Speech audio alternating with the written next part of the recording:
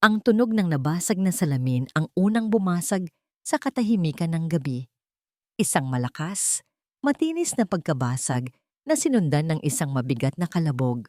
Napahinto si Lourdes sa pagpupunas ng sahig. Ang basahan ay nanigas sa kanyang kamay. Nanlaki ang kanyang mga mata, nakatitig sa pinto ng pinakamalaking suite sa VIP wing ng Del Fuego Medical Tower. Ang suite ni Sir Alejandro Del Fuego. May bumara sa kanyang lalamunan. Bawal. Bawal pumasok ang sino man doon nang walang pahintulot. Lalo na ang isang tulad niya, isang hamak na janitor na ang tanging gawain ay siguraduhing walang bahid ng dumi ang makinang nasahig na kanyang tinatapakan. Ngunit may isa pang tunog, isang tunog na mas malakas kaysa sa takot niya sa mga patakaran. Isang mahinang ungol, tunog ng isang taong hirap na hirap huminga. Binitawan ni Lourdes ang basahan. Ang puso niya ay kumakaripas. Bawat tibok ay nagsusumigaw ng huwag. Ngunit ang kanyang mga paa ay kusa nang humakbang palapit sa pinto. Bahagya itong nakaawang. Sa siwang, tanaw niya ang isang figura na nakaluhod sa sahig, napapalibutan ng bubog mula sa basag na baso. Ang makapangyarihang si Don Alejandro del Fuego, ang hari ng imperyong ito, ay tila isang ordinaryong matanda na iginupo ng sakit. Hindi na siya nag-isip. Itinulak niya ang pinto. "Sir, okay lang po ba kayo?" Nanginginig ang kanyang boses. Nakita niya ang pamumutla sa mukha ng matanda. Ang pawis na namumuo sa noo nito habang sapo-sapo ang dibdib. Sinubukan nitong magsalita, ngunit hangin lang ang lumabas sa bibig nito. Lahat ng protocol, lahat ng babala ng supervisor nila ay biglang naglaho sa isip ni Lourdes. Ang nakikita niya lang ay isang taong nangangailangan ng tulong. Mabilis siyang lumuhod sa tabi nito, hindi inalintana ang mga bubog. Sa bulsa ng kanyang uniforme, kinapa niya ang isang maliit na bote, ang asete na laging bilin sa kanya ng kanyang Lola Salve. "Dalhin mo palagi yan, apo. Ang halimuyak ng yerba buena ay pampakalma sa pusong nababalisa." Nag-aalangan man, ipinatak niya ang kaunting langis sa kanyang palad at marahang hinaplos ang sentido ng matanda. Ang amoy ng mint at luya ay agad na kumalat sa malamig na hangin ng silid. "Huminga po kayo, sir. Dahan-dahan lang po." Bulong niya. Ang kanyang boses ay malumanay. Taliwas sa nagwawalang tibok ng kanyang dibdib. Isipin niyo po ang isang bukid na malawak, sariwa ang hangin. Isang himala. Tila unti-unting kumalma ang paghinga ng matanda.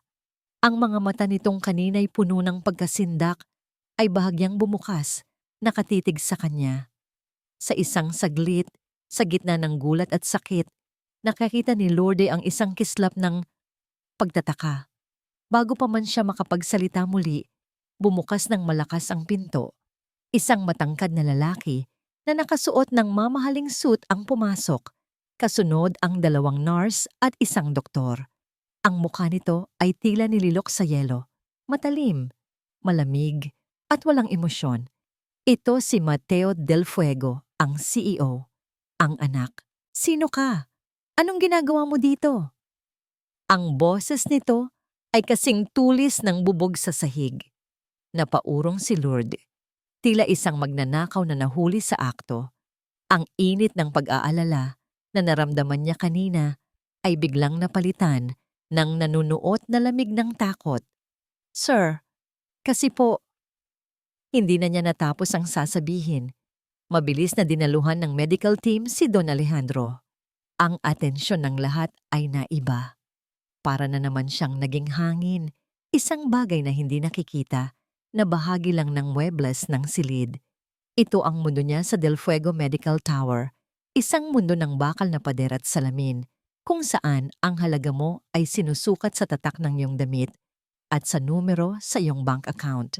Araw-araw, nililinis niya ang mga bakas na iniiwan ng mayayaman at makapangyarihan. Pinupunasan niya ang kanilang mga kalat. Tinitiyak na ang kanilang paligid ay perpekto, habang siya ay nananatiling halos invisible sa kanilang paningin. Kaninang umaga lang, bago magsimula ang kanyang shift, nakausap niya ang kanyang Lola Salve sa cellphone. "Kumusta ka na dyan, Apo?" Tanong ng basag, ngunit malambing na boses sa kabilang linya. "Okay lang po ako, La. Medyo pagod lang po," sagot ni Lourdes habang pinagmamasdan ang naglalakihang gusali mula sa bintana ng locker room. "Kayo po, nainom niyo po ba ang gamot niyo?" "Oo naman. Huwag mo akong alalahanin," tumawa ang matanda. "Ang alalahanin mo ay ang sarili mo. Mag-ingat ka sa lugar na yan, Apo. Ang mga taong sobra sa yaman ay kadalasang kapos sa kabutihan." Ngumiti si Lourdes. "Hindi naman po lahat, La. Kailangan ko po itong trabaho para sa inyo. Alam ko, basta tandaan mo, ang tunay na lunas ay hindi laging nabibili. Nasa puso yan." Ngayon, habang nakatayo siya sa gilid, pinanonood ang mga profesional na kumilos ng may awtoridad, naramdaman niya ang bigat ng sinabi ng kanyang lola. Ang kaunting tulong na inialay niya, ang asete na gawa sa puso, ay tila isang krimen sa lugar na ito. Inayos ng doktor ang dextrose ni Don Alejandro. Tumingin si Mateo sa kanya, ang mga mata ay puno ng pagdududa at pagbabanta. "Umalis ka na. Utos nito, walang anumang bahid ng pasasalamat." Napayuko si Lourdes. Hiyang-hiya, tumalikod na siya para umalis, handa nang harapin ang anumang parusa na naghihintay sa kanya bukas. 1, 2 hakbang palayo sa gulo. Ngunit isang mahinang tinig ang pumigil sa kanya. "Huwag!" Huminto ang lahat. Ang boses ay nanggagaling sa kama, galing kay Don Alejandro. Dahan-dahang lumingon si Lourdes. Ang matanda ay nakatingin ng diretso sa kanya, at sa kabila ng hirap, itinaas nito ang kanyang kamay. Isang daliri ang nanginginig na nakaturo sa direksyon niya. "Huwag, huwag niyo siyang paalisin." May anay na nakapasok sa imperyo. Ito ang tanging laman ng isip ni Mateo habang nakaupo sa tuktok ng conference table, pinapalibutan ng mga board member na nag-uunahan sa pagpresenta ng kanilang quarterly reports. Ang mga numero, ang mga charts, ang mga projections, lahat ng ito ay ingay na lamang sa kanyang pandinig. Ang tanging malinaw sa kanyang isipan ay ang imahe ng isang babaeng nakaluhod sa sahig. Ang uniforme niyang kulay abo ay tila isang mantsa sa karangyaan ng suite ng kanyang ama. Isang janitor. At ang huling mga salita ng kanyang ama, bago ito tuluyang magpahinga, "Huwag! Huwag niyo siyang paalisin." Isang utos na bumayo sa bawat sulok ng kanyang pagkatao. Isang utos na sumisira sa lahat ng kanyang pinaniniwalaan, kaayusan, kontrol, at lohika. Paanong ang isang Don Alejandro del Fuego, isang hari na nagtayo ng kanyang kaharian mula sa bakal at semento, ay biglang magtitiwala sa isang wala? "Sir Mateo?" Napapitlag si Mateo. Ang boses ng kanyang CFO ang nagpabalik sa kanya sa realidad. "The projected net income for the next quarter is up by 12%. Tumango lang si Mateo. Ang kanyang mga mata ay malamig. "Good. Adjourn the meeting." Hindi na niya hinintay ang sagot ng mga ito. Mabilis siyang tumayo at lumabas ng silid. Ang bawat hakbang ay mabigat sa pagpipigil. Habang naglalakad siya sa pasilyo na nililinis ng ibang mga nakaunipormeng tulad ng babaeng iyon, hindi niya maiwasan ang pagtiim ng kanyang bagang. Ang ospital na ito ay isang makinang perpekto ang takbo. Bawat doktor ay pinili. Bawat equipment ay state of the art. Walang puwang para sa mga hindi maipaliwanag na bagay. Walang puwang para sa mga anay. Inutusan niya ang kanyang sekretarya na dalhin ang babae sa kanyang opisina. Si Lourdes Reyes, kahit ang pangalan ay tunog probinsya. Pagpasok niya sa kanyang opisina, isang malawak na espasyo na may salaming pader at tanaw ang buong Makati. Naroon na ito, nakatayo sa gitna na tila isang ligaw na usa. Nang makita siya nito, lalo itong napayuko, pinaglalaruan ng laylayan ng kanyang uniforme. Umupo si Mateo sa likod ng kanyang malaking mesa. Ang silya niyang gawa sa mamahaling katad ay lumikha ng mahinang tunog. Pinagsalikop niya ang kanyang mga kamay at tinitigan ito ng diretsyo. Lourdes Reyes, panimula niya. Ang kanyang boses ay kalmado ngunit may bigat. Ano ang kailangan mo? Pepo, sir? Nag-angat ito ng tingin. Ang mga mata ay puno ng pagkalito. Huwag na tayong magpaligoy-ligoy pa. Magkano? Magkano ang bayad sa'yo para gawin ang eksenang yon kanina? Kitang-kita niya ang gulat sa mukha nito na mabilis na napalitan ng sakit. Wala po, sir. Wala po akong hinihingi. Nakita ko lang po na kailangan ng tulong ng tatay niyo. Ang tulong mo ay isang paglabag sa protocol ng ospital. Pwede kitang kasuhan. Pwede kitang tanggalin sa trabaho ngayon din. Mariin niyang sabi. Sinusubukan niyang takutin ito. Hanapin ang bitak sa kanyang pagkukunwari. Pero mas madali kung aamin ka na lang. Sino ang nag-utos sa'yo? Umiling ito at sa unang pagkakataon, nakita ni Mateo ang isang kislap ng tapang sa mga mata nito. Wala po, sir. Galing po sa puso ko ang pagtulong ko. Puso? Isang mapaklang tawa ang kumawala sa bibig ni Mateo. Walang halaga ang puso sa mundong ito, Miss Reyes. Numero, datos, resulta. Yan ang mahalaga. Bago pa man ito makasagot, pumasok ang kanyang sekretarya. Sir, tumatawag po si Don Alejandro. Hinahanap po kayo. Tumayo si Mateo. Isang huling tingin ang ibinigay niya kay Lourdes. Hindi pa tayo tapos. Sa suite ng kanyang ama, nadatnan niya itong nakaupo na sa kama. Mas maayos na ang itsura kumpara kanina. Ngunit ang ekspresyon nito ay matigas. Ama, anong kalokohan ito? Bungad ni Mateo. Bakit mo pinigilang paalisin ang babaeng yon? She's a nobody. Isang janitor na lumabag sa lahat ng patakaran. Binigyan niya ako ng kapayapaan, Mateo. Mahinang sagot ng matanda. Ang mga mata ay nakatitig sa kawalan. Sa gitna ng lahat ng kirot, sa gitna ng lahat ng aparato na nakakabit sa akin, ang simpleng haplos niya, ang amoy ng langis na yon. Nakatulong ito. Placebo effect lang yan, Ama. We have the best doctors in the country looking after you. Giit ni Mateo, hindi maitago ang pagkadismaya. This is a security risk. Paano kung may masama siyang balak? Paano kung lason pala ang ipinahid niya? Pero hindi lason, ganti ni Don Alejandro, at ngayon ay tumingin na ito sa kanya ng diretso. Ang mga matang dati puno ng kapangyarihan ay may bahid ng pagod at pagsusumamo. Mateo, pagod na ako sa mga gamot na walang epekto. Pagod na ako sa mga doktor na tinitingnan ako bilang isang specimen. Ang babaeng yon. Tiningnan niya ako bilang isang tao. Hindi makapaniwala si Mateo sa kanyang naririnig. At ano ngayon ang gusto niyong mangyari? Bibigyan natin siya ng medalya? Isang mahabang katahimikan ang namagitan sa kanila. At pagkatapos, sinabi ni Don Alejandro ang mga salitang tuluyang gumiba sa mundo ni Mateo. Hindi. Kukunin ko siya bilang personal caregiver ko dito sa mansyon. Ano? Halos mapasigaw si Mateo. Ama, nababaliw na ba kayo?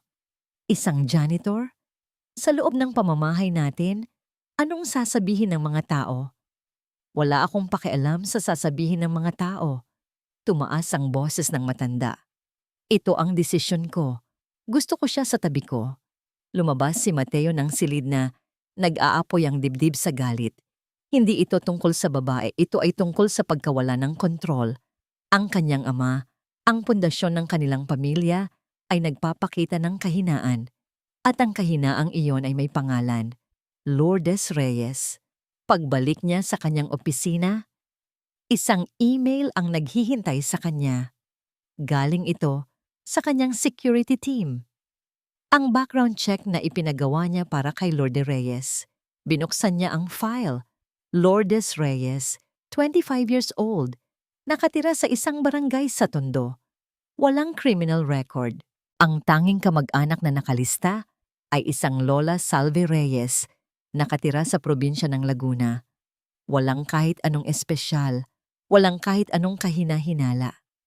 At iyon mismo ang kahina-hinala. Para kay Mateo, perpekto ang profile. Isang taong tila galing sa wala. Isang blankong papel. Ang perpektong kasangkapan para sa isang mas malaking plano. Tumayo siya at lumapit sa bintana. Mula sa itaas, tanaw niya ang daloy ng mga sasakyan sa ibaba. Maya-maya, isang pamilyar na itim na sedan ang umalis mula sa parking lot ng ospital. Ang isa sa mga sasakyan ng pamilya. Alam niya kung saan ito patungo. Habang pinanonood niya ang sasakyan na unti-unting lumiliit, patungo sa direksyon ng tondo, sa lugar ng mga anay na sumisira sa matitibay na pundasyon, isang malamig na determinasyon ang gumapang sa kanyang sistema. Hinawakan niya ang kanyang cellphone at tinawagan ang kanyang private investigator. Gusto kong malaman ang lahat tungkol sa isang babaeng nagngangalang Salve Reyes sa Laguna. Bawat detalye. Ibinaba niya ang tawag. Nanatili siyang nakatingin sa bintana. Ang kanyang refleksyon sa salamin ay kasing tigas ng bakal. Sisiguraduhin kong pagsisisihan mo ito, Ama. Ang pag-alis sa tondo ay tila paglisan sa isang bahagi ng kanyang sarili. Sa loob ng isang maliit na bag, isinilid ni Lord ang ilang pirasong damit, ang kanyang lumang cellphone at ang maliit na bote ng aseite na tila naging simula ng lahat ng ito. Bago siya sumakay sa itim at makintab na sasakyan na ipinadala para sa kanya, isang sasakyan na mas malaki pa sa kwarto niya. Huling tinawagan niya ang kanyang lola. La, aalis na po ako, sabi niya. Pinipilit na huwag manginig ang kanyang boses. Mag-iingat kang palagi, apo, sagot ni Lola Salve. May kakaibang bigat sa boses ng matanda, isang babala na hindi maintindihan ni Lord. Ang papasukin mong bahay ay isang dambana na puno ng mga alaala. Maging magalang ka hindi lang sa mga buhay, kundi pati na rin sa mga multo ng nakaraan. Hindi na unawaan ni Lord ang ibig sabihin noon hanggang sa bumukas ang dambuhalang gate ng mansyon ng mga Del Fuego para siyang pumasok sa ibang mundo. Ang ingay ng Maynila ay biglang napalitan ng nakabibinging katahimikan. Ang hardin ay perpektong-perpekto, bawat damo ay tila sinukat.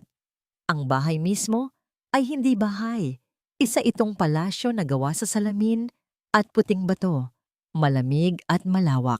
Napalunok si Lourdes, ang bawat hakbang niya sa sahig na gawa sa marmol ay may alingaw-ngaw, tila isinisigaw na hindi siya kabilang dito. Sinalubong siya ng isang mayordoma na may mahigpit na itsura. Ikaw si Lourdes Reyes, sumunod ka sa akin. Walang ngalalang ngiti, walang aanumang pagbati. Dinala siya nito sa isang maliit ngunit malinis na kwarto sa likurang bahagi ng mansyon. Malayo sa engrandeng hagdanan at naglalakihang mga painting na nakita niya sa pasilyo. Ito ang mundo ng mga katulong. Simple lang ang gamit. Isang kama, isang maliit na aparador, at isang bintana na nakaharap sa mataas na pader na nakapalibot sa buong property. Ito ang magiging silid mo, sabi ng mayordoma. Ang pangalan ay Aling Martha ayon sa name tag nito. Ang trabaho mo ay alagaan si Don Alejandro, pagkain, gamot, at anumang personal na pangangailangan niya. Hindi ka pwedeng maglibot sa ibang bahagi ng bahay nang walang pahintulot. Maliwanag? Opo, mahinang sagot ni Lourdes. Nang maiwan siyang mag-isa, umupo siya sa gilid ng angkama. Ang lambot nito ay iba sa kanyang matigas na banig sa tondo, ngunit wala itong init ng isang tahanan. Pakiramdam niya ay isa siyang ibon na inilagay sa isang ginintuang hawla.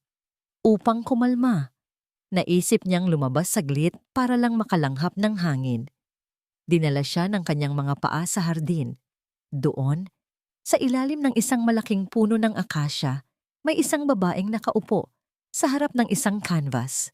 Mahaba ang buhok nito at balingkinitan ang pangangatawan. Nakasuot ito ng puting bestida na may mga mantsa ng pintura.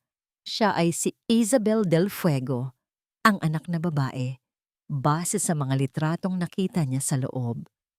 Pinipinta nito ang isang larawan na puno ng kalungkutan, isang nag-iisang bulaklak na nalalanta sa gitna ng isang madilim na parang. Nag-aalangan si Lorde kung lalapit ba siya, ngunit naunahan siya ni Isabel. Ikaw yung bago, sabi nito, hindi nag-aangat ng tingin mula sa kanyang canvas. Ang boses nito ay malumanay, walang bahid ng pagmamataas na tulad ng kapatid nito. Oo po ma'am, ako po si Lord. Sa wakas ay lumingon si Isabel at nakita ni Lord ang mga mata nitong may bahid ng lungkot. Isabel na lang, narinig ko ang nangyari sa ospital. Matapang ka. Isang maliit na ngiti ang sumilay sa labi ni Lord. Kailangan lang po ng tulong ng tatay ninyo. Tumango si Isabel at bumalik ang tingin sa kanyang ipinipinta. Lahat kami dito. Kailangan ng tulong. Mag-iingat ka dito, Lourdes. Lalo na kay Kuya Mateo. Ang babalang iyon ay nanatili sa isip ni Lourdes nang pumasok na siya sa silid ni Don Alejandro. Ang matanda ay nakaupo sa isang malaking silya malapit sa bintana, nakatanaw sa malayo. Mas payapa ang itsura nito ngayon kumpara noong huli niya itong nakita. Sir! Bati ni Lourdes. Lumingon ito. Ikaw na pala. Halika. Sa unang pagkakataon, sinimulan ni Lord ang kanyang trabaho. Inihanda niya ang tsaa na may halong dahon ng pandan, gaya ng turo ng kanyang lola. Habang umiinom ang matanda, hindi alam ni Lorde kung ano ang sasabihin. Ang katahimikan ay mabigat, kaya nagsimula siyang magkwento. Mga simpleng kwento tungkol sa buhay niya sa probinsya, mga kwentong bayan na naririnig niya kay Lola Salve, mga kwento tungkol sa mga halamang gamot na may sariling buhay. Hindi siya sinasagot ni Don Alejandro, ngunit nakikinig ito. At sa unang pagkakataon, mula nang tumapak siya sa mansyon na iyon, naramdaman ni Lourdes na may saysay ang kanyang ginagawa. Nang gabi ring iyon, pagkatapos niyang patulugin ang matanda, nagkaroon siya ng pagkakataong mag-isa. Naglakad-lakad siya sa mga pasilyo na ngayon ay mas madilim at tahimik. Sa kanyang paglilibot, napadpad siya sa isang bahagi ng mansyon na tila hindi na dinadaanan. Mas makapal ang alikabok dito at ang mga painting sa pader ay natatakpan ng puting tela. At sa dulo ng pasilyong yon may isang pinto. Iba ito sa lahat ng pinto sa mansyon. Gawa ito sa madilim na kahoy ng narra at ang doorknob nito ay luma na. Sinubukan niyang pihitin, ngunit nakalak ito. Ano kaya ang nasa loob? Bakit ito nakatago at tila kinalimutan na? Habang nakatitig siya sa pinto, may narinig siyang mga boses mula sa kabilang pasilyo. Mabilis siyang nagtago sa isang madilim na sulok. Ang mga boses ni Mateo at Isabel. Kuya, you're being too harsh on her. Nakakatulong siya kay Papa. Pakiusap ni Isabel. Ang sagot ni Mateo ay isang mahina, ngunit puno ng pagbabantang bulong. Tumutulong? O sinisira ang lahat ng natitirang kaayusan sa bahay na ito? That room has been closed for a reason, Isabel. Pero hindi niya alam. Walang sino man ang nakakaalam. Narinig ni Lord ang mabigat na pagbuntong hininga ni Mateo na sinundan ng isang boses na mas malamig pa kaysa sa marmol na sahig. At dapat manatili itong ganito. Dadalhin lang niya ang gulo dito, Isabel. Parang lason na unti-unting kumakalat. Hindi siya lason, kuya. She's kind. Ang kabaitan ay isang kahinaan na hindi natin kayang harapin sa ngayon. Narinig ni Lord ang papalapit na mga yabag. Mabilis niyang isiniksik ang sarili sa likod ng isang malaking florera. Pinipigil ang kanyang paghinga. Dinaanan siya ng magkapatid. Ang kanilang mga anino ay humaba sa ilalim ng malabong ilaw. Bago sila tuluyang makalayo, narinig ni Lorde ang huling matigas na salita mula kay Mateo. Bawat pantig ay tila isang babala. Huwag mong hayaang buksan ng estrangherong yan ang mga pinto na matagal na nating isinara. Nanatili si Lord sa kanyang pinagtataguan hanggang sa tuluyang mawala ang tunog ng kanilang mga yapak. Ang puso niya ay dumadagundong sa kanyang dibdib. Ang tingin niya ay bumalik sa nakakandadong pinto sa dulo ng pasilyo. Hindi na lamang ito isang ordinaryong silid. Ito ay isang kahon na puno ng mga lihim, isang sugat na pilit tinatakpan ng pamilyang ito.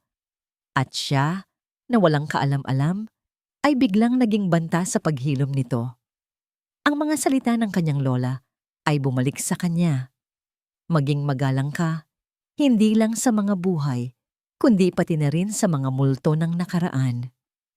Ngayon, naiintindihan na niya. Ang mansyon na ito ay hindi lang isang bahay. Ito ay isang dambana. At sa loob ng dambanang ito, may mga kaluluwang hindi pa rin matahimik. Sa kauna-unahang pagkakataon, sa loob ng maraming taon, hindi sakit ang gumising kay Alejandro. Ang gumising sa kanya ay isang amoy. Ang pamilyar na halimuyak ng salabat, luya at tanglad, na banayad na lumulusot sa ilalim ng pinto ng kanyang silid. Isang amoy na tila hinukay mula sa pinakailalim ng kanyang mga alaala. Dahan-dahan siyang bumangon. Ang karaniwang paninigas ng kanyang mga kaso-kasuan at ang mabigat na pakiramdam sa kanyang dibdib ay mas magaan ngayon. Hindi pa rin siya malakas, ngunit meron siyang naramdamang hindi niya naramdaman noon. Katahimikan. Mula nang pumasok ang babaeng iyon, si Lourdes, sa kanyang buhay, tila may nagbago. Hindi lang sa kanyang katawan, kundi pati sa hangin sa loob ng mansyon. Ang dating malamig at malungkot na mga pader ay tila nagkaroon ng kaunting init. Ang tsaa, ang mga kwento, ang simpleng presensya nito na walang hinihinging kapalit. Lahat ng ito ay nagpapaalala sa kanya sa isang taong matagal nang nawala. Pumasok si Lourdes na may dalang isang tasa sa isang maliit na tray. Ngumiti ito nang makitang gising na siya. "Magandang umaga po, sir. Naghanda po ako ng mainit na salabat para sa inyo." Kinuha ni Alejandro ang tasa. Ang init nito ay gumapang sa kanyang mga palad. Isang singhot pa lang sa mabangong singaw nito at bigla siyang bumalik sa nakaraan. Nasa hardin siya. Ang sikat ng araw ay mainit sa kanyang balat. Nakikita niya si Sofia, ang kanyang minamahal na asawa, na nakaluhod sa lupa. Ang mga kamay nito ay may mga bahid ng putik habang maingat nitong inililipat ang isang usbong ng yerba buena sa isang paso. Tumatawa ito. Ang tunog ay tila musika sa pandinig niya. Ang mga halaman, Alejandro, sabi nito sa kanya, ay nakikinig. Kung bibigyan mo sila ng pagmamahal, ibabalik nila sa iyo ang lunas. Napapikit si Alejandro. Ang alaala ay kasing linaw ng salamin at kasing sakit ng isang sugat na muling bumuka. Si Sofia, mahilig din ito sa mga halamang gamot. Naniniwala ito sa kapangyarihan ng kalikasan. Isang paniniwala na madalas niyang tawanan noon sa gitna ng kanyang abalang mundo ng negosyo at bakal. "Sir, okay lang po ba kayo?" Ang boses ni Lord ang nagpabalik sa kanya sa kasalukuyan. Nakita niya ang pag-aalala sa mga mata nito. Tumango siya. "Ayos lang, naalala ko lang ang aking asawa." Iyon ang unang beses na binanggit niya si Sofia sa harap ng ibang tao sa loob ng mahabang panahon. Nang hapong iyon, habang nakaupo siya sa kanyang silya, kinuha ni Lourdes ang isang manipis na libro. "Gusto niyo po bang basahan ko kayo ng kwento?" Hindi tumutol si Alejandro. Nagsimulang magbasa si Lourdes. Ang kanyang boses ay malumanay at may dalang himig. Isang kwentong bayan tungkol sa isang ibon na kayang magpagaling ng sakit sa pamamagitan ng kanyang awit. Isang kwentong pambata, simple, at walang katuturan sa mundo ng medisina.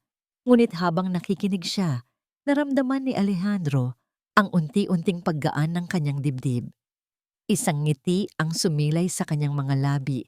Sa unang pagkakataon, sa loob ng maraming buwan, isang tunay na ngiti. Sa gitna ng kanilang katahimikan, bumukas ang pinto. Pumasok si Mateo. Dala-dala ang kanyang briefcase at ang malamig na aura ng corporate world. "Ama," bati nito, ang mga mata ay agad na napako kay Lourdes bago bumaling sa kanya. I need to discuss the new proposal from the Japanese investors. It's urgent. Nawala ang ngiti sa labi ni Alejandro. Ang kapayapaan na kanyang naramdaman ay biglang naglaho, napalitan ng pamilyar na bigat ng obligasyon. Tiningnan niya ang kanyang anak, matalino, matalas, at tila walang puso. Nakikita niya ang sarili niya dito noong siya ay bata pa, at nasasaktan siya para sa kanila pareho. Hindi ba pwedeng ipagpabukas yan? Walang ganang sabi ni Alejandro. Ama, this is a multi-billion peso deal. Hindi ito pwedeng basta na lang isantabi. Giit ni Mateo, ang boses ay may bahid ng pagkadismaya. Inilibot ni Alejandro ang kanyang tingin. Tumingin siya kay Mateo sa mga papel na hawak nito at pagkatapos ay kay Lourdes na tahimik na nakatayo sa gilid. Ang kanyang mga mata ay napako sa isang maliit na halaman sa paso na dinala ni Lourdes sa kanyang silid. Lord, sabi ni Alejandro, binaliwala ang sinabi ni Mateo. Anong tawag sa halamang iyan na mabango ang dahon kapag pinipisa? Nakita niya ang pagflit ng sakit sa mga mata ni Mateo. Ang kanyang anak ay nasaktan. Alam niya. Ngunit sa sandaling iyon, mas gusto niyang malaman ang tungkol sa halaman kaysa sa bilyon-bilyong piso. Oregano po, sir, mahinang sagot ni Lord. Hindi na nakatiis si Mateo. I'll just leave the documents here, sabi nito. Ang boses ay matigas at formal. Inilapag nito ang folder sa mesa nang may kaunting diin. Please read them when you have the time. Tumalikod ito at umalis nang hindi na muling nagsasalita. Ang pagsara ng pinto ay tila isang hatol. Naiwan ng isang mabigat na katahimikan. Naramdaman ni Alejandro ang pamilyar na pait sa kanyang lalamunan. Ang pait ng hindi pagkakaunawaan sa pagitan nila ng kanyang anak. Gabi na, hindi makatulog si Alejandro. Ang mukha ni Sofia at ang nasaktang mukha ni Mateo ay nagsasalitan sa kanyang isipan. Bumangon siya at kinuha ang isang maliit at antigong kahon mula sa kanyang aparador. Sa loob nito, isang kumpol ng mga susi sa iba't ibang bahagi ng bahay na siya lang ang mayroon. Tinawag niya si Lourdes. Nang pumasok ito, ang mukha nito ay puno ng pag-aalala. May kailangan po ba kayo? Say ba kayo, sir? Tinitigan siya ni Alejandro.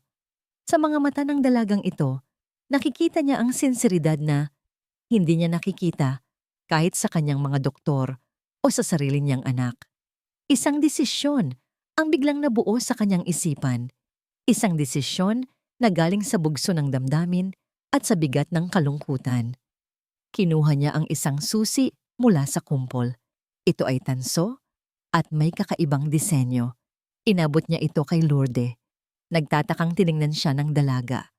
Linisin mo ang silid ni Sofia, utos ni Alejandro. Ang kanyang boses ay halos pabulong na.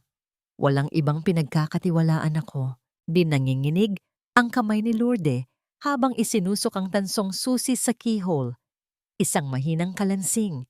At pagkatapos ay bumukas ang pinto.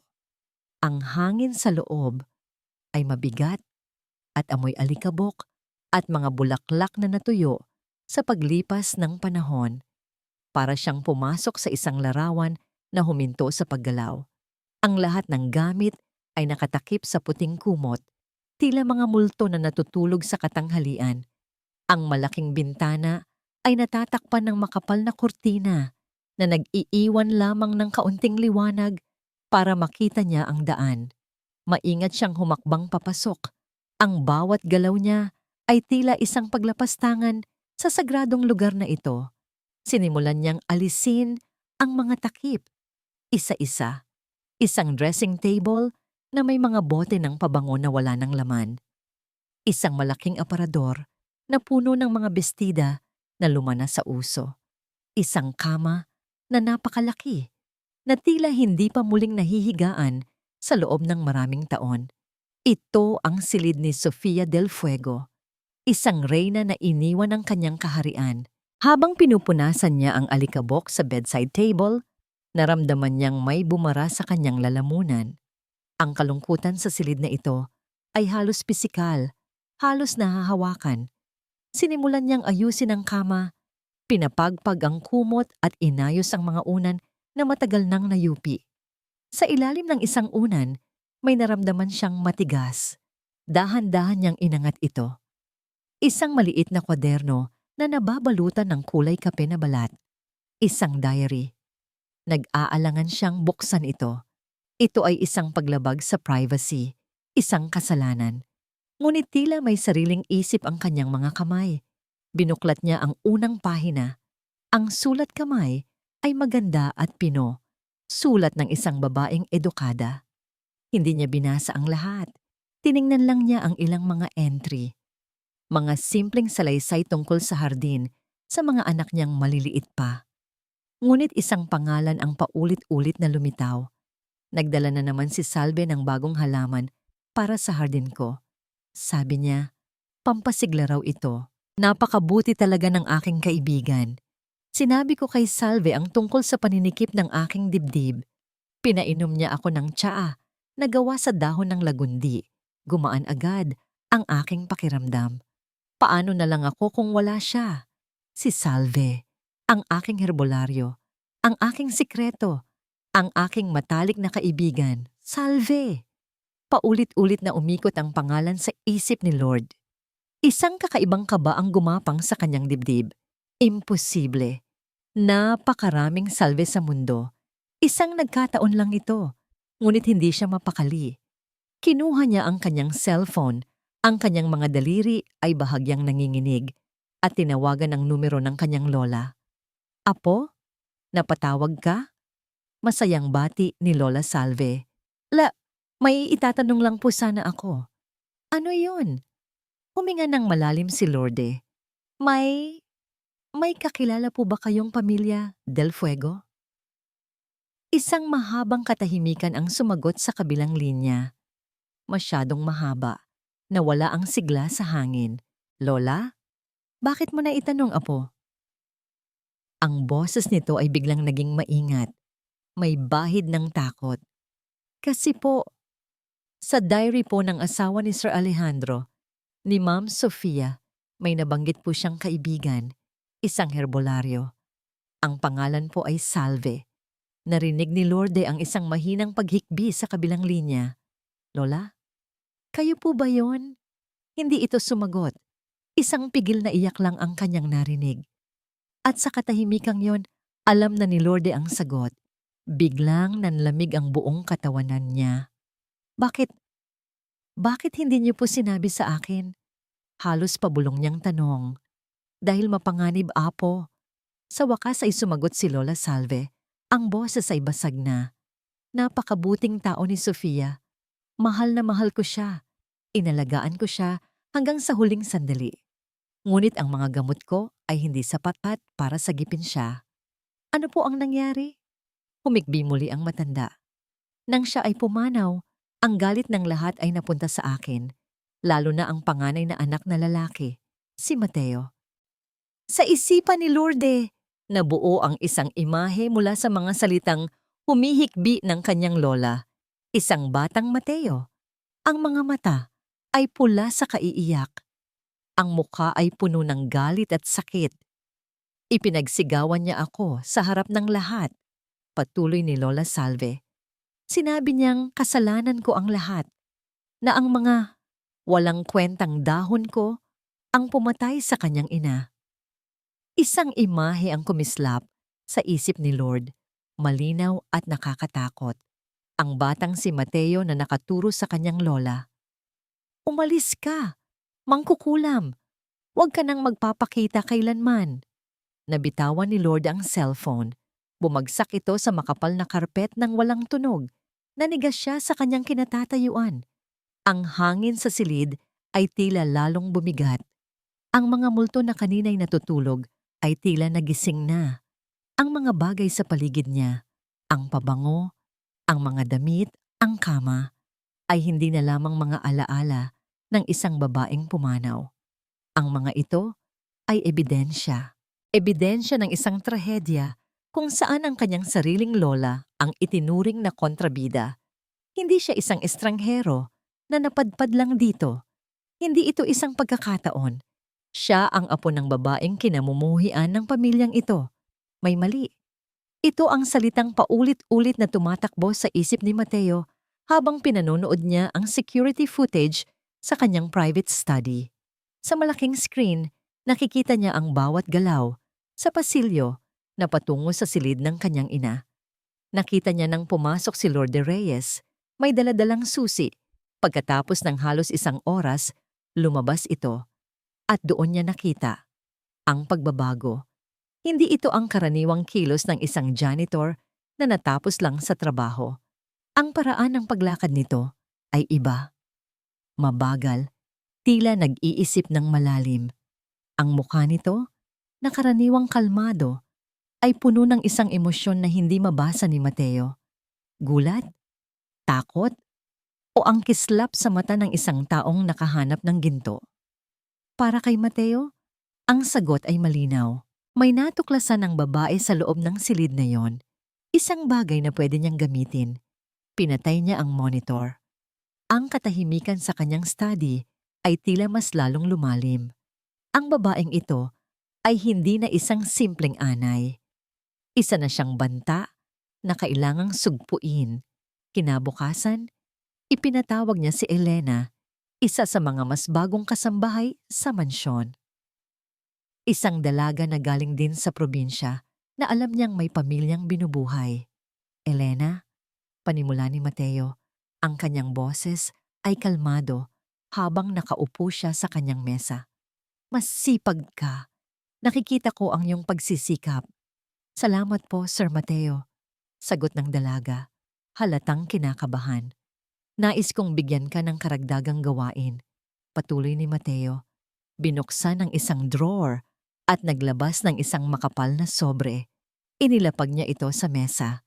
Isang gawain na mangangailangan ng iyong buong atensyon at diskresyon. Napatingin si Elena sa sobre. Nanlalaki ang mga mata. Gusto kong obserbahan mo si Lourdes Reyes, sabi ni Mateo. Ang kanyang mga mata ay hindi bumibitiw sa dalaga. Gusto kong malaman kung sino ang mga kausap niya, lalo na sa cellphone. Anong oras siya tumatawag? Anong lengguwahe ang gamit niya? Lahat. At lahat ng maririnig mo, direkta mong isusumbong sa akin. Walang ibang makakaalam. Maliwanag? Dahan-dahang tumango si Elena. Ang kanyang tingin ay nasa sobre pa rin. Ang laman niyan ay sapat na para sa isang taong sahod mo, sabi ni Mateo. At may kasunod pa yan. Depende sa iyong magiging serbisyo. Isipin mo na lang ang pamilya mo. Kinuha ni Elena ang sobre. Ang mga kamay ay nanginginig.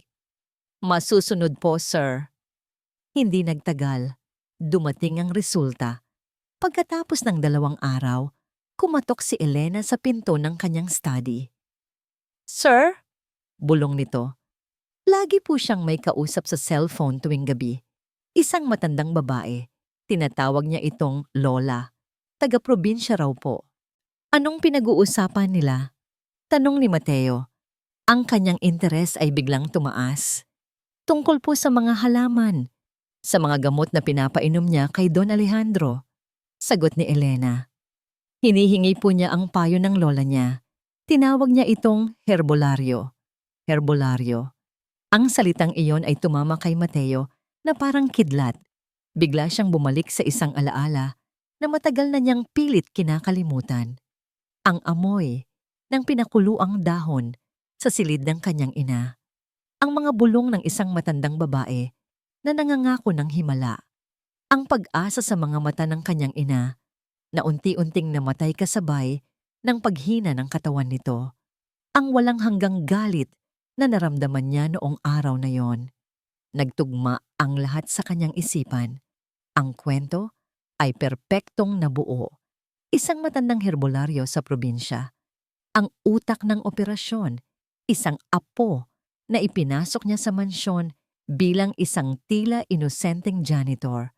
Ang target, ang kanyang ama, isang matanda, mayaman at desperadong tao. Papasukin nila ang loob nito gamit ang mga halamang gamot, kukunin ang tiwala nito At pagkatapos, sino ang nakakaalam kung ano ang kasunod? Ang manahin ang yaman ng mga Del Fuego? Isang klasikong modus, isang laro ng mga anino. Ngunit hindi siya papayag na malinlang. Hindi na muli. Kinagabihan, tumawag si Mateo sa personal na doktor ng kanilang pamilya. Isang taong matagal na nilang pinagkakatiwalaan. "Doc, I need a favor," sabi ni Mateo sa telepono. "I need a small, concentrated dose of a diuretic. Something na magdudulot ng matinding pananakit ng tiyan at dehydration kapag isinabay sa ilang uri ng herbal tea pero hindi nakamamatay." "Sir Mateo, para saan po ito?" Nag-aalangang tanong ng doktor. "Para sa isang eksperimento, Doc. Mayroon akong kutob na ang mga pinapainom na tsaa sa aking ama ang nagpapalala sa kanyang kondisyon. Gusto kong patunayan ito." Pagsisinungaling ni Mateo, ang kanyang boses ay puno ng awtoridad. "Of course, this is confidential." Walang nagawa ang doktor kundi sumunod. Kinabukasan, isang maliit at walang markang bote ang inihatid sa kanyang opisina. Isang vial na naglalaman ng likidong walang kulay at walang amoy. Nang gabing iyon, mag-isa si Mateo sa kanyang madilim na study. Ang tanging liwanag ay nanggagaling sa mga ilaw ng syudad sa labas ng bintana. Hawak niya ang maliit na bote sa kanyang palad. Malamig ito, gaya ng determinasyon sa kanyang puso. Hindi niya papayagang maulit ang nakaraan. Poprotektahan niya ang kanyang ama. Poprotektahan niya ang pangalan ng mga Del Fuego. At sisirain niya ang babaeng ito bago pa man nito tuluyang sirain ang lahat ng kanilang pinaghirapan. Isang malamig na ngiti ang sumilay sa kanyang mga labi. Oras na para tapusin ang palabas na ito. May kulay na ulit ang hardin. Ito ang naisip ni Isabel habang pinagmamasdan niya si Lourdes na maingat na tinatanggal ang mga tuyong dahon sa isang halaman ng basil. Dati, ang hardin na ito, ang hardin ng kanyang ina, ay isang lugar ng kulay abo na alaala. Ngayon, sa ilalim ng pag-aalaga ni Lord, ang mga halaman ay tila muling nabubuhay. Ang amoy ng lupa at dahon ay pumuno sa hangin. Isang amoy na matagal nang kinalimutan ni Isabel. Ganito rin si Mama noon. Mahinang sabi ni Isabel, halos sa sarili lang. Mahilig siyang magtanim. Nag-angat ng tingin si Lord, isang maliit na ngiti ang sumilay sa labi nito. Nasa dugo po siguro talaga ng mga babae ang mag-alaga, Ma'am Isabel. Isabel na lang, pagtataman niya. Sa loob ng ilang linggo, naging bahagi na ng araw-araw na buhay ni Isabel si Lord. Hindi lang bilang tagapag-alaga ng kanyang ama, kundi bilang isang kaibigan, isang presensya na may dalang kapayapaan sa gitna ng malamig na mansyon. Nakikita niya kay Lord ang isang klase ng init at sinseridad na matagal na niyang hinahanap-hanap. Umupo sila sa isang bangkong bato sa ilalim ng lilim. "Kwento ka naman tungkol sa lola mo, Lord," pakiusap ni Isabel. Mukhang marami kang natutunan sa kanya. Nakita ni Isabel ang bahagyang pagbabago sa ekspresyon ni Lord. Isang kislap ng lungkot o pag-iingat. Ngunit mabilis din itong napalitan ng isang mapagmahal na na ngiti. "Si Lola Salve po ang lahat sa akin," panimula ni Lord. Ang mga mata ay tila nakatingin sa malayo. "Tinuruan niya po ako na ang lahat ng bagay sa mundo ay may halaga, mula sa pinakamaliit na damo hanggang sa pinakamalaking puno." Sabi niya, ang tunay na paggaling ay hindi lang sa katawan, kundi sa kaluluwa. Habang nakikinig si Isabel, hindi niya maiwasang mainggit. Isang lola na puno ng pagmamahal at kaalaman. Isang pamilya na binuo ng simpleng pag-aaruga. Naalala niya ang sarili niyang pamilya. Isang ama na nilamon ng sakit at kalungkutan. At isang kapatid na ang tanging alam na lengguwahe ay pera at kapangyarihan. Sana nakilala siya ni Mama, biglang nasabi ni Isabel. Sigurado akong magkakasundo sila. Muli, nakita niya ang kakaibang kislap sa mga mata ni Lourdes. Bago pa man siya makapagtanong, isang malamig na anino ang tumabon sa kanila. Isabel, ang boses ni Mateo. Tumayo ito sa kanilang harapan. Ang suot na suit ay tila baluti. Ang mukha ay walang anumang emosyon. Kuya, bati ni Isabel. Tiningnan ni Mateo si Lourdes mula ulo hanggang paa na may halong pagdududa at pagkainis. Hindi ba't dapat ay binabantayan mo ang ating ama, Miss Reyes, sa halip na magkwentuhan dito? Nagpapahinga po si Sir Alejandro. Mahinahong sagot ni Lord. Hindi nagpapakita ng takot. Hayaan mo na siya, kuya, sabi ni Isabel. Ramdam ang pag-init ng kanyang pisngi. Nag-uusap lang kami. May mga mas mahahalagang bagay kaysa sa pakikipag-usap, sabi ni Mateo. Ang tingin ay bumalik kay Isabel. At ikaw, huwag kang masyadong magtiwala. Hindi lahat ng nagpapakita ng kabaitan ay may malinis na intensyon. Nasaktan si Isabel, hindi mo siya kilala. At ikaw din, ganti ni Mateo. Ang boses ay mas bumaba. Masyado kang mabait, Isabel. Masyadong malambot ang puso mo. Kaya madali kang malinlang. Tumalikod na si Mateo at naglakad pabalik sa loob ng mansyon. Iniwan silang dalawa sa isang hindi komportableng katahimikan.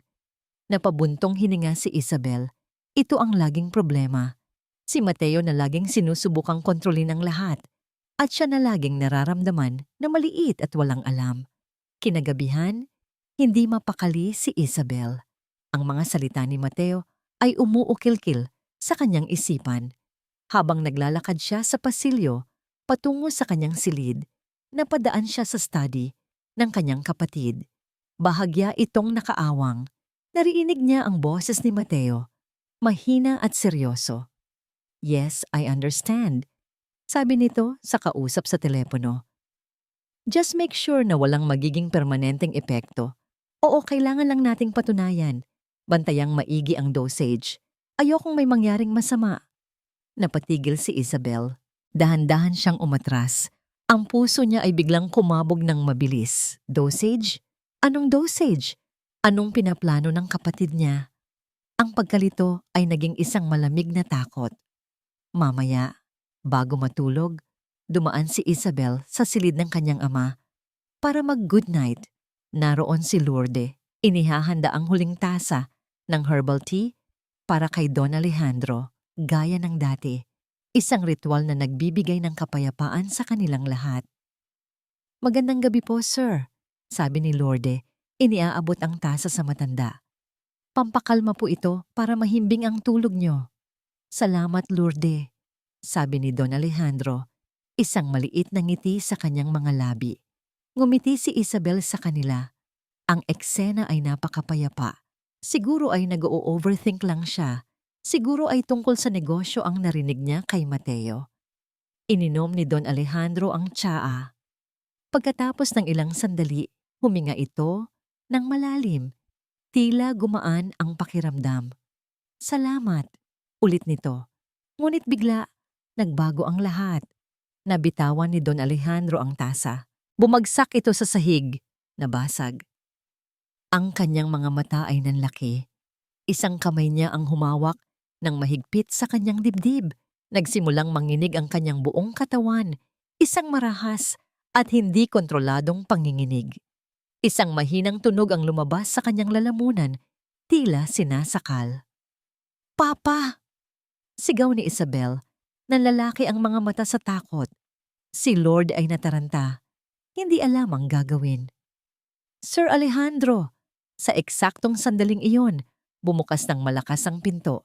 Si Mateo ay pumasok na, tila inaasahan na ang nangyayari. Ang kanyang mukha ay isang maskara ng galit. Ang tingin niya ay hindi napunta sa ama, kundi diretso kay Lourdes. Itinuro niya ang nanginginig na dalaga. Ang kanyang daliri ay tila isang kutsilyo. Nilason mo ang ama ko.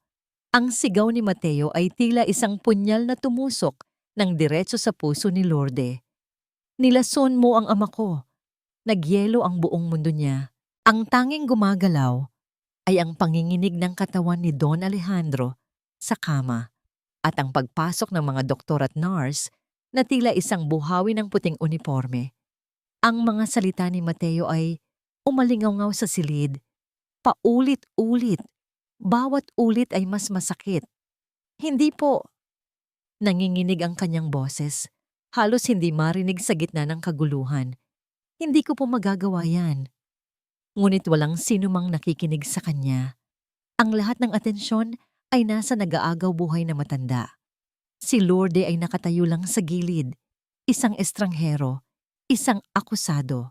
Ang mga mata ni Isabel ay puno ng gulat at pagkalito. Nakatingin sa kanya, pagkatapos ay sa kapatid nito. "Security!" Sigaw ni Mateo. Ang kanyang mukha ay isang maskara ng kontroladong galit. "Dalhin niyo siya. Halughugin ang kwarto niya." Ngayon din. 2 gardya ang humawak sa magkabilang braso ni Lourdes. Ang paghawak nila ay magaspang at malamig. "Sandali lang po," pakiusap niya, ngunit para siyang nagsasalita sa hangin. Hinila siya palabas ng silid. Ang huli niyang nakita ay ang mukha ni Don Alejandro. Puno ng sakit, paghihirap, at isang tingin na hindi niya makakalimutan. Isang tingin ng pagkabigo. Dinala siya sa kanyang maliit na silid. Ang lugar na naging kanlungan niya sa loob ng ilang linggo ay biglang naging selda ng isang bilanggo. Binuksan nila ang kanyang aparador. Ibinuhos ang kanyang iilang damit sa sahig. Kinalkal ang lahat ng gamit niya. Ang kanyang suklay, ang kanyang lumang cellphone, ang isang litrato niya, kasama si Lola Salve. "Sir, tingnan niyo po ito." Isa sa mga kasambahay, si Elena, ang may hawak ng isang maliit na bote na gawa sa salamin. Isang vial na walang marka. Kinuha niya ito mula sa ilalim ng kama ni Lord. Nanlaki ang mga mata ni Lord. "Ano yan? Hindi sa akin yan." Ngunit huli na ang lahat. Kinuha ni Mateo ang bote. Tinitigan ito na parang ito ang korona ng ebidensya. "Ano ito, Miss Reyes? Isang uri ba ito ng herbal extract mula sa iyong lola?" Ang paraan ng pagbanggit niya sa salitang lola ay puno ng pang-aalipusta. "Hindi ko po alam. Maniwala po kayo sa akin." Maniwala? Isang mapaklang tawa ang kumawala kay Mateo. Ipinakita nito ang sarili nitong cellphone. "Nakuha ko na rin ang record ng mga tawag mo. Araw-araw, gabi-gabi, tumatawag ka sa probinsya. Sa kasabwat mo, nagpaplano kayo. Tinuruan ka niya kung paano mo unti-unting lalagnatin ang tiwala ng aking ama. At ngayon, ito na ang huling hakbang. Ang bawat salita ay isang dagok. Ang lahat ng kabaitan niya, ang lahat ng pag-aalaga niya, ay binigyan ng isang madilim at kasuklam-suklam na kahulugan. Hindi po totoo yan." Umiiyak na, sabi ni Lord. Ang mga luha ay tuluyan ng bumuhos. "Nagkakamali po kayo." Tumingin siya kay Isabel, naghahanap ng kahit isang taong maniniwala. "Kuya, hindi niya magagawa yan. Nakita ko siya. Mabait siya." Nagsimulang magsalita si Isabel, ngunit isang matalim na tingin mula kay Mateo ang nagpatahimik dito. "Huwag kang makialam dito, Isabel. Masyado kang nabulag ng pagkukunwari niya." Sigaw ni Mateo. Ibinalik ni Mateo ang tingin kay Lourdes. Ang lamig sa mga mata nito ay nakakapanindig balahibo. "Umalis ka. Ngayon din. Huwag na huwag ka nang magpapakita pa sa pamamahay na ito. At kung may mangyaring masama sa aking ama, sisiguraduhin kong mabubulok ka sa kulungan." Iyon na, ang hatol. Walang salitang lumabas sa bibig ni Lourdes. Ang kanyang lalamunan ay tuyo. Ang kanyang puso ay basag. Itinulak siya ng mga gwardiya palabas ng silid, palabas ng pasilyo, palapit sa malaking pinto ng mansyon. Walang sino man ang tumingin sa kanya. Ang ibang mga kasambahay ay nagbaba ng tingin, tila natatakot na mahawa sa kanyang kamalasan. Nang bumukas ang pinto, sumalubong sa kanya ang malakas na buhos ng ulan. Ang langit ay tila nakikidalamhati sa kanyang pagbagsak.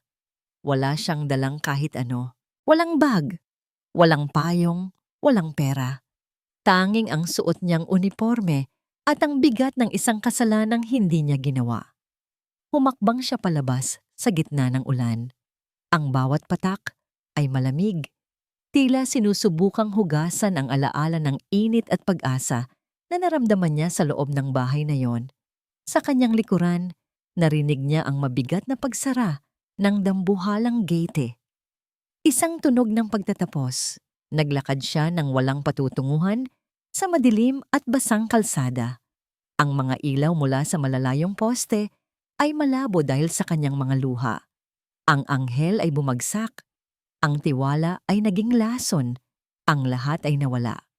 Habang naglalakad siya sa gitna ng kawalan, narinig niya ang mahinang tunog ng kanyang cellphone mula sa kanyang bulsa. Nanginginig niyang kinuha ito. Ang pangalan ni Isabel ang nasa screen. Sinagot niya ito. Lord. Ang boses ni Isabel sa kabilang linya ay basag, puno ng pag-iyak at takot. Lord, kailangan mong malaman. Isabel? Si Papa? Lourdes? Lumalaas siya. Mas malala pa kaysa dati. Ang katahimikan sa silid ng kanyang ama ay mas mabigat kaysa dati. Wala na ang amoy ng salabat. Wala na ang mahinang tunog ng mga kwentong bayan. Ang naririto na lang ay ang regular na tunog ng mga makina, ang amoy ng antiseptic at ang malamig na presensya ng mga doktor na bumubulong-bulong ng mga terminong hindi maintindihan ni Isabel. Pagkaalis ni Lourdes, bumagsak si Papa. Mas malala pa kaysa dati. Ang teorya ni Kuya Mateo na si Lord ang lason ay gumuho sa mismong harapan nila. Dahil kung si Lord ang lason, bakit mas lumalala ang pasyente ngayong wala na ang lason? Ang tanong na yon ay isang maliit na tinik na bumaon sa isip ni Isabel at habang tumatagal, ito ay lumalaki at naging isang sundang. Nakaupo siya sa tabi ng kama. Hawak ang malamig na kamay ng kanyang ama. Nakapikit ito, ang paghinga ay mababaw. Tiningnan niya ang mga doktor na abala sa pag-aayos ng mga tubo at metro. Tinitingnan nila ang mga numero sa screen, hindi ang tao sa kama. Naalala niya si Lord kung paano nito tinititigan si Papa na parang isang tao. Hindi isang problema na kailangang solusyonan. Isang desisyon ang nabuo sa kanyang puso. Isang desisyon na pinapatakbo ng pagdududa at ng isang biglaang paghahanap sa katotohanan. Kinagabihan, nang ang lahat ay natutulog na, dahan-dahan siyang lumabas ng kanyang silid. Ang unang lugar na kanyang pinuntahan ay ang study ni Kuya Mateo. Ang puso niya ay kumakabog habang maingat niyang pinihit ang doorknob. Hindi ito nakalock. Sa loob, ang lahat ay perpektong nakaayos. Mga folder, mga libro, mga papeles. Naghahanap siya ng kahit ano. Isang resibo, isang bote, isang sulat na maaaring magbigay liwanag sa kanyang mga hinala. Ngunit wala. Malinis. Masyadong malinis. Alam niyang mas matalino ang kanyang kapatid para mag-iwan ng kahit anong bakas. Bigong lumabas siya. Saan pa siya pwedeng maghanap? At pagkatapos, naalala niya. Ang silid ni Mama, ang lugar kung saan nagsimula ang lahat. Dinala siya ng kanyang mga paa sa madilim at nakalimutang pasilyo. Ang pinto ay bahagyang nakaawang tulad ng iniwan ni Lourdes. Pumasok siya at sinalubong siya ng pamilyar na amoy ng alaala. Ang silid ay mas malinis na ngayon dahil kay Lourdes, ngunit ang kalungkutan ay naroon pa rin. Hindi niya alam kung ano ang kanyang hinahanap. Umupo siya sa kama ng ina, hinaplos ang luma ngunit malambot na kumot. Binuksan niya ang mga drawer ng dressing table. Mga lumang alahas, mga tuyong bulaklak. Wala. Sa ilalim ng aparador, may nakita siyang isang kahon na gawa sa kahoy. Isang memory box. Binuksan niya ito. Sa loob, may mga litrato niya noong bata pa siya. Isang piraso ng buhok ni Kuya Mateo na nakatali sa isang ribon at isang salansan ng mga sulat. Karamihan ay mga liham pag-ibig mula sa kanyang ama. Ngunit sa pinakailalim, may isang sobre na iba ang kulay. Lumana ang papel. Nakasulat sa labas ang isang pangalan, para kay Salve. Ngunit ang selyo ay hindi pa nabubuksan. Hindi ito naipadala. Nanginginig ang mga kamay ni Isabel habang maingat niyang binubuksan ang sobre. Ang sulat sa loob ay mula sa kanyang ina. Mahal kong Salve, patawad kung ngayon lang ako muling nakasulat. Araw-araw ay mas humihina na ang aking katawan. Ang mga doktor ay walang magawa. At si Alejandro ay nalulunod sa kanyang pag-aalala. Ngunit sa gitna ng lahat ng ito, ang iyong mga halaman at ang iyong mga payo ang nagbibigay sa akin ng kapayapaan. Sumusulat ako dahil mayroon akong hihilingin sa iyo, aking kaibigan. Nais ni Alejandro at lalo na ni Mateo na dalhin ako sa ospital. Nais nilang ikabit ang aking katawan sa mga makina, napahabain ang aking buhay sa paraang hindi ko na makikilala ang aking sarili. Salve, ayoko. Ayokong maging bilanggo ng mga tubo at bakal. Nais kong pumanaw dito sa aking silid, sa aking hardin, kasama ang mga alaala natin. Ngunit hindi ito maintindihan ni Mateo. Ang aking matapang na anak, puno ng galit ang kanyang puso dahil sa kanyang kawalan ng magawa. Nakikita niya ang iyong mga gamot bilang pagkatalo, hindi bilang ginhawa. Patawarin mo siya, Salve. Ginagawa niya lang ito dahil mahal niya ako. Sana ay maunawaan mo. Salamat sa lahat. Nagmamahal, Sofia. Bawat salita ay isang patak ng lason at lunas sa puso ni Isabel. Ang mga luha ay sunod-sunod na pumatak sa lumang papel. Ang kwentong alam niya, ang kwentong ikinwento ni Mateo sa loob ng maraming taon, ay isang kasinungalingan. Hindi pinabayaan ng herbolaryo ang kanyang ina. Ang kanyang ina mismo ang pumili sa kanyang landas. At si Kuya Mateo, sa kanyang pagdadalamhati, ay binaluktot ang katotohanan. Kinuha niya ang kanyang cellphone at nanginginig na tinawagan si Lord. Nang sagutin nito, ang boses ni Isabel ay basag na. Lord, hikbi niya. Patawarin mo ako. Patawarin mo kami. Alam ko na. Alam ko na ang totoo. Maniwala ka sa akin. Naniniwala ako sa'yo. Kailangan ka ni Papa. Kailangan ka namin.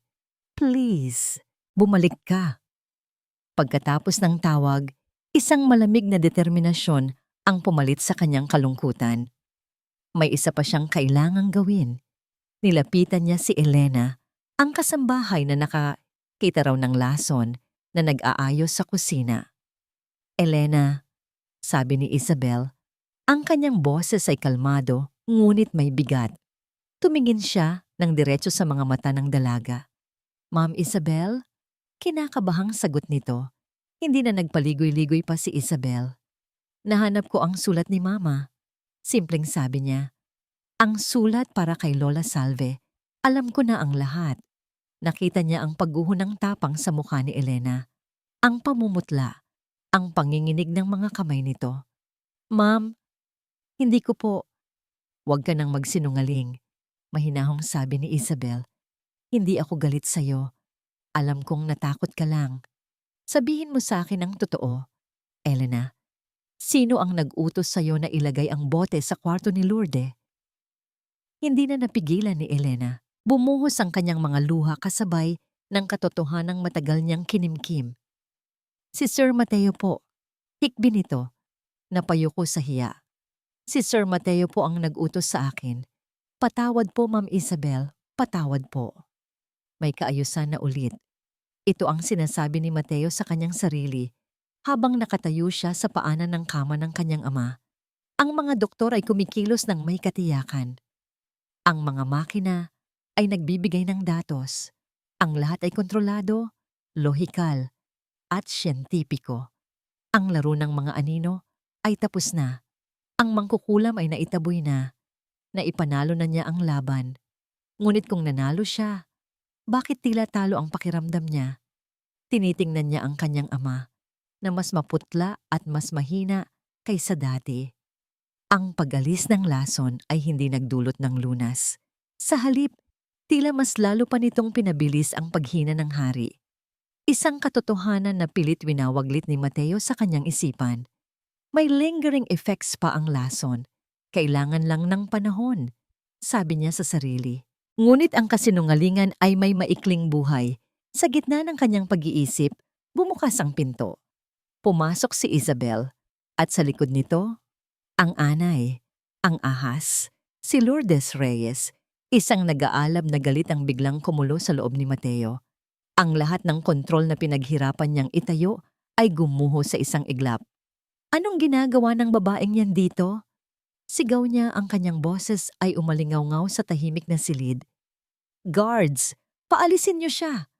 Ngunit walang gardyang gumalaw. At si Isabel, ang kanyang maliit at laging tahimik na kapatid, ay humakbang paharap. Ang mga mata nito ay pula sa kaiiyak, ngunit meron itong bagong tapang na hindi pa nakikita ni Mateo dati. Hindi siya aalis, kuya, maring sabi ni Isabel. Isabel, this is not the time for your theatrics. Ganti ni Mateo. This woman is a criminal. Hindi siya ang criminal dito, sabi ni Isabel, at sa kanyang kamay, itinaas niya ang isang luma at naninilaw na sobre. Si Mama, nag-iwan siya ng sulat. Natigilan si Mateo. Kilala niya ang sulat kamay sa sobreng iyon.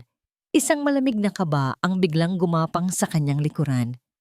Sinimulang basahin ni Isabel ang sulat. Bawat salita ng kanilang ina ay tila isang dagitab na tumatama sa bawat kasinungalingang itinayo ni Mateo sa loob ng 20 taon. Mahal kong Salve, ang pangalan ng herbolaryong yon. Nais ni Alejandro at lalo na ni Mateo na dalhin ako sa ospital. Ayoko, Salve. Ayokong maging bilanggo ng mga tubo at bakal. Itigil mo yan, Isabel. Sigaw ni Mateo. Humakbang siya palapit, nais agawin ang sulat.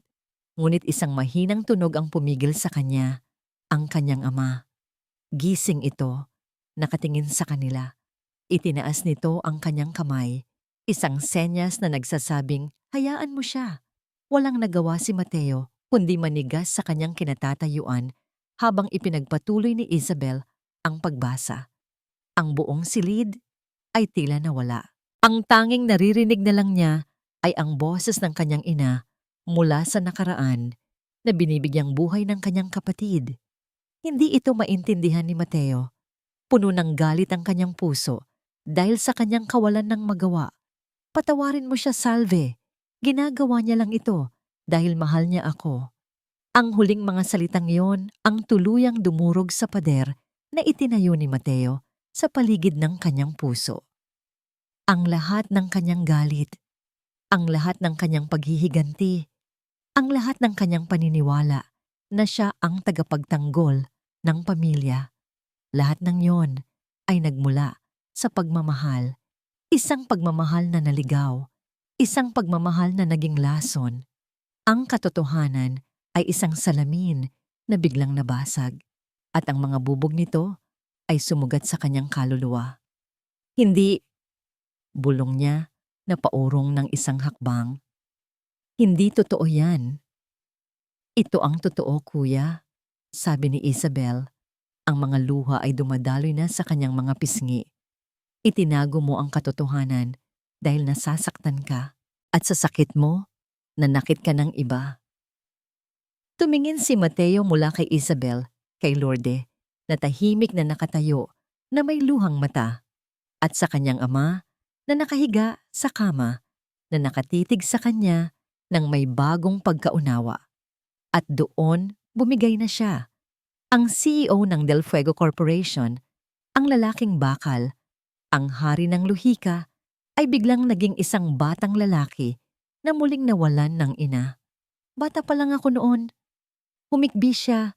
Ang mga salita ay hirap lumabas. Nakita kita, ama. Lagi kang abala. Palagi kang nasa opisina. Ang kumpanya ang tunay mong anak. Nang magkasakit si mama, dinala mo ang mga doktor na may mga makinang walang silbi.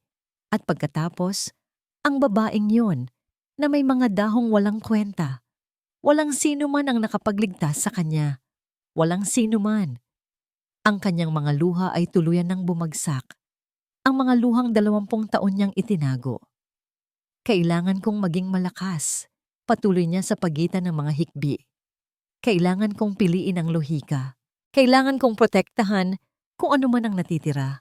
At nakita ko siya. Tumingin siya kay Lorde. Nakita ko siya at nakita kong mauulit ang lahat. Hindi ko nahahayaang maulit pa yon.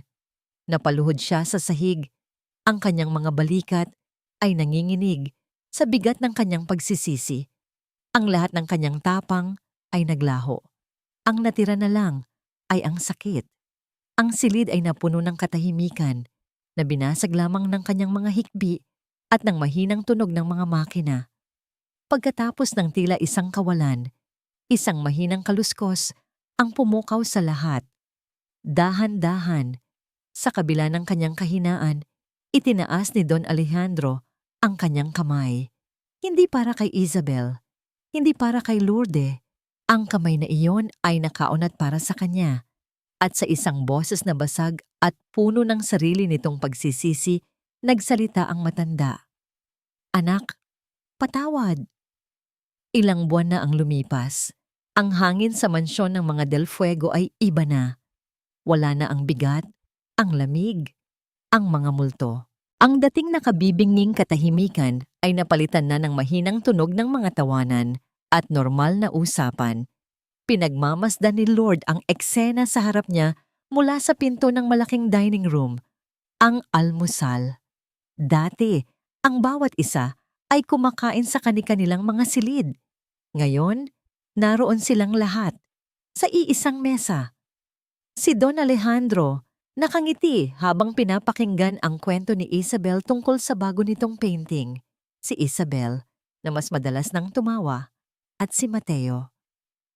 Si Mateo ang may pinakamalaking ipinagbago. Wala na ang matalim na tingin at ang laging kunot noo. Mas tahimik siya ngayon, mas mapag-obserba. Mayroon pa ring aura ng isang CEO, ngunit nawala na ang pader na yelo sa paligid niya. Lourdes, halika. Sumabay ka na sa amin. Tawag ni Don Alejandro. Hindi na siya tumatanggi ngayon. Isa na siyang parte ng umaga nila. Hindi bilang isang empleyado, kundi bilang isang kaibigan, isang pamilya. Habang kumakain sila, isang sasakyan ang pumarada sa labas. Dumating na ang kanilang bisita. Sinalubong ni Lorde ang isang matandang babae sa may pinto. Ang kanyang Lola Salve, na sa wakas ay pumayag na bumisita pagkatapos ng maraming pakiusap. Ang mga mata nito ay puno ng pag-aalala, ngunit mayroon ding determinasyon. Dinala siya ni Isabel at Don Alejandro sa hardin. Doon, sa ilalim ng puno ng akasya, nagharap ang 2 taong pinag-ugnay at pinaghiwalay ng nakaraan. Si Don Alejandro, nakatayo ng may tungkod, ay tumingin sa matandang babae. Salve, sabi nito. Ang boses ay basag. Ngumiti si Lola Salve, isang ngiting puno ng pag-unawa at kalungkutan. Alejandro, walang masyadong salitang namutawi. Ngunit sa kanilang mga mata, ang lahat ay nasabi na. Ang bigat ng 20 taon ay unti-unting gumaan. Patawad, Salve, sabi ni Don Alejandro. Ang mga luha ay nagsimulang mamuo sa gilid ng kanyang mga mata. Sa lahat ng aking pagkukulang, sa sakit na idinulot ng aking anak, patawad. Umiling si Lola Salve. Matagal nang pinatawad ni Sofia ang lahat. Sagot nito, ang mahalaga ay ang ngayon. Ang mahalaga ay ang paghilom. Nag-iwan sila ng espasyo para sa 2 matanda, para pag-usapan ang kanilang mga alaala, ang kanilang pinagsamahan kay Sofia. Sa loob ng bahay nilapitan ni Mateo si Lourdes. Nakatayo lang silang 2 sa may bintana, tahimik na pinagmamasdan ng eksena sa hardin. Lord, panimula ni Mateo. Ang kanyang boses ay mahina at seryoso. Humarap siya dito at sa unang pagkakataon, tiningnan siya nito ng diretso sa mata nang walang anumang galit o pagdududa. Ang nakita na lang ni Lord ay isang malalim na pagsisisi. Walang sapat na salita, para humingi ng tawad sa lahat ng ginawa ko sa'yo. Sabi niya. Nabulag ako ng sarili kong sakit at galit at sa halip na harapin yon, ikaw ang ginawa kong kalaban. Naiintindihan ko po. Mahinang sagot ni Lord. Hindi. Umiling si Mateo. Hindi mo dapat intindihin. Walang dahilan ang kasamaang ginawa ko. Ang gusto ko lang sabihin ay patawad. Mula sa kaibuturan ng puso ko, patawad. Tinitigan ni Lord ang lalaking nagdulot sa kanya ng matinding sakit. Ngunit ang nakikita niya ngayon ay hindi isang halimaw, kundi isang taong sugatan din. Tinanggap ko na po, sabi niya. Isang maliit na ngiti ang sumilay sa kanyang labi. Sabi nga po ni Lola, ang pagpapatawad ay isa ring uri ng gamot. Kinahapunan, nang makaalis na si Lola Salve, pinuntahan ni Lourdes si Don Alejandro sa lugar na naging paborito na nilang dalawa, ang hardin ni Sofia, ang hardin na dati napabayaan na at puno ng mga tuyong halaman. Ngayon, iba na. Magkasama silang nag-aalis ng mga damo, magkasama silang nagbubungkal ng lupa. Sa isang maliit na plot, nagtanim sila ng mga bagong usbong, yerba buena, basil, oregano, at pandan. Ang mga halamang nagbigay buhay hindi lang sa hardin, kundi sa buong mansyon. Habang nagdidilig si Lourdes, napatingin siya sa matanda. Mas payat ito ngayon, at may mga guhit pa rin ng kalungkutan sa mukha. Ngunit ang kanyang mga mata ay mayroon ng kislap, isang kislap ng pag-asa. Alam mo, Lord, sabi ni Don Alejandro, nakatingin sa mga bagong tanim na halaman.